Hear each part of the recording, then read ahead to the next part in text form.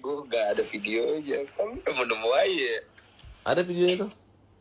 Iya, baru lihat lagi. Aduh. Lucu. Gue tuh sebenarnya dulu agak curiga sebenarnya. Cuma kan gue nggak mau berburuk sangka ya. Aku ada hasil investigasi tapi bentuk ini ya, bentuk wawancara teman ya dengan orang-orang yang kita wawancarai, nanti sebagai bahan masukan aja. Kalau Mas Denny mau kita kasih, tapi tidak untuk disebar dan tidak diperdengarkan orang lain, saya kasih. Untuk lebih mengetahui karakter orangnya kan. Karena kita ini kan mau perang nih. Kalau perang ini kita harus tahu arahnya, sana gitu kan, nggak bisa gitu. Iya, ini sayangnya kemarin mediasi gue nggak berhasil aja nih, anjing nih. Kenapa dia nggak mau ya? Permainan sengaja. Ya, maaf ini ya para dia, gue maaf ya. Dia agak, ya pasti feeling gue dia agak baper sih sama lu juga. Dan dia juga agak kecewa dan baper juga sama Agus sih menurut gue ya.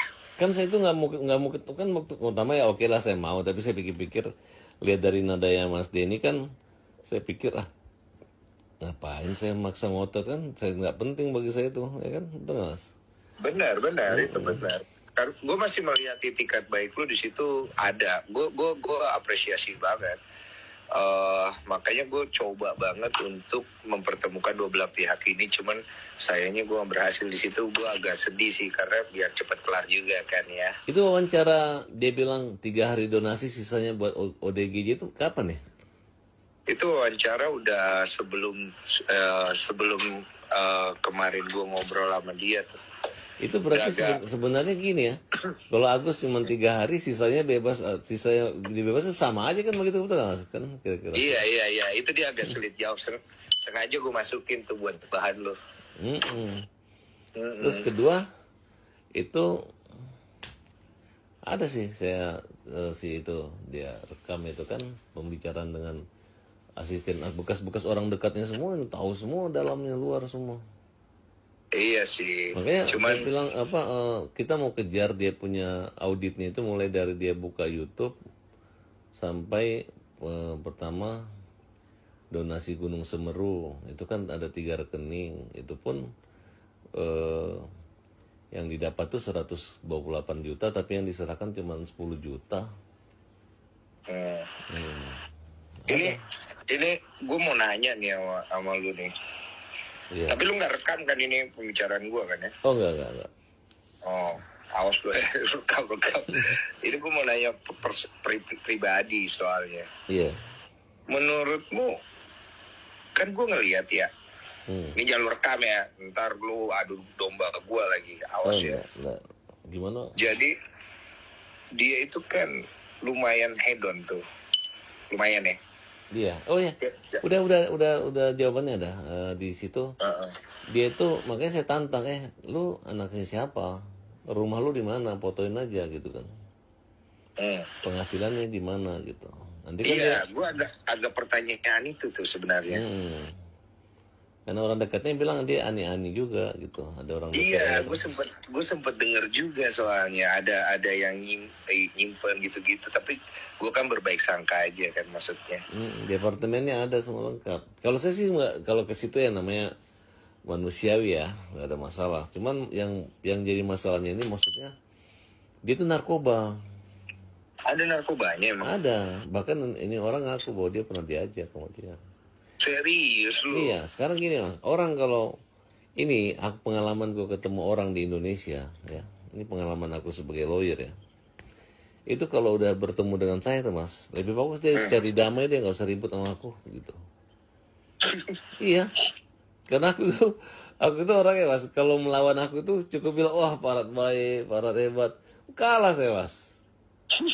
Iya kan, betul gak? Karena aku pikir iya, kalau gue jadi novis sih, gue mah nyantai-nyantai aja udah lah. Sini yuk ketemu yuk beresin lo. Apa sih gini. Nah, sekarang saya lihat videonya lagi. Dia bilang Agus menyerahkan, dia seolah dia dibagi. Enggak lah, memang dari rekam jejaknya digitalnya bahwa dia gimana?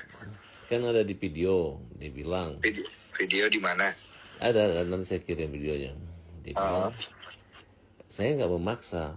Agus menyerahkan secara sukarela. Ada rekamannya kayak gitu. Iya, yang uang 1 miliar itu kan. Iya, tapi tidak. Tapi awalnya lain. Awalnya hanya mau ngecek mutasi. Tapi tiba-tibanya kesananya namanya orang buta ditransfer. Tapi ada WA-WA-nya. Wancam makan dinsos. Saya ini lengkap kan yang saya kirim ke Mas itu percakapan itu. Tapi tanda tangan Agus kan. Cep jempol. Dia orang udah malu Mas mau dilaporin ke Densos. Jempol. Ya tapi kan dia Berarti malu. ada bentuk intimidasi. Tapi intimidasinya ini enggak intimidasi yang artinya itu boleh gitu loh dilakukan, melaporkan dia kalau misalnya dia tidak. Udah. Kami sudah gelar di Polda memang tinggal hanya butuh apa? Hanya butuh somasi dia balikin. Kalau dia nggak balikin udah terlapor dia. Bisa masuk sampai tersangka. Oh pasti. Lu pastinya berapa persen? 1000%. Aduh, jangan gitulah. Sekarang gini Mas, saya mau tanya, donasi itu apa artinya? Donasi itu artinya sukarela ya? Ya, semangat sukarela, ya kan? Ya. Sekarang Agus ini kan nggak minta dia, dikasih. Dan biasa jumlahnya pun wajar. Tunggu. Lu kalau konteksnya nggak minta, di podcast gua yang pertama itu ada meminta bantuan loh. Iya, maksud saya ini lainnya. Kalau namanya orang buta, kecuali ada orang buta, nggak ada orangnya. Ini kan ada, wajar. Itu namanya sedekah biasa. Oke, kalau konteks itu. Oke, lanjut. Nah, tiba-tiba udah dikasih, ya. Iya. Tiba-tiba, ya dia harusnya menikmati uang itu. Nah. Cuman caranya Nopi ini kan pintar. Dia mau bilang, wah gue 1,5 BPJS, katanya. Orang takut. Oh, gue disuruh. Tunggu. Seberapa besar sih tendensinya dia mau ngambil uang donasi? Oh, sekarang dari video yang terakhir itu, coba ini yang saya kirim ke Mas ini videonya ini, jelas-jelas kok dia ngambil. Tapi kan dia nggak pakai.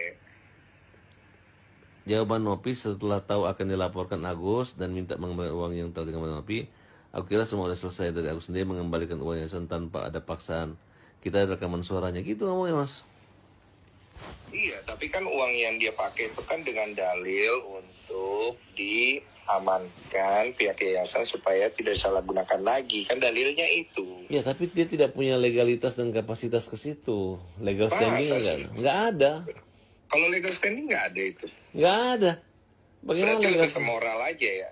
Ya moral, tapi legal standing nggak bisa sama aja dia. Kalau diambil nih, sini ambil dia kasih. Kalau itu gue kayaknya setuju lagi kalau ambil cash kan di atas. Soalnya gue lihat Hotman juga ngomong benar juga. Memang kalau udah masuk ke dalam kasnya si Agus itu, dianggap ya sudah punya Agus itu. Iya. Tapi secara moral kalau penyalahgunaan ada gitu. Kalau misalnya saya nggak nemu ini WA-nya dia, mungkin sih, Agus nyerahkan. Tapi kan masa orang buta menyerahkan ke yayasan aja nggak benar lah. Iya, under tekanan memang ada, tapi tekanan itu dikarenakan pertanggungjawaban moral kan. Parah dia, kalau dia nggak balikin parah, kita laporin dia. Tahan dulu. Kan dia kan menekan berdasarkan pertanggungjawaban moral. Kalau secara alasan dalil itu legal standingnya ada nggak? Ya kalau misalnya orang menipu itu kan dengan bujuk rayu. Betul, cuma kan kalau dengan pertanggungjawaban moral secara hukum dia bisa nggak menggunakan alasan itu untuk menghindari dia mengambil apa yang bukan hak dia, ngerti kan? Kalau misalnya gini nih, kalau misalnya dia itu yang mengumpul dana baru dia menyerahkan diambil lagi boleh. Oke. Nah, tapi kan ini dia aja, saya cuma 3 hari aja, sisanya kita bagi-bagi. Itu moral apa juga nggak ada aja bisa juga begitu dia. Bukan bagi-bagi dia ambil kan, maksudnya dia bagi untuk bantu yang lain gitu kan. Ya tapi itu nggak boleh kalau akadnya itu, kecuali dia bilang kan dana ini kan ada juga orang yang ngirimnya seminggu kemudian, sedangkan dia sudah membaiatnya seolah-olah 3 hari aja untuk membantu si Icang gitu atau siapa gitu. Iya, cuman itu juga kita juga nganggap kayak ini kan membingungkan ya. Maksudnya orang berdonasi ini sebenarnya jadi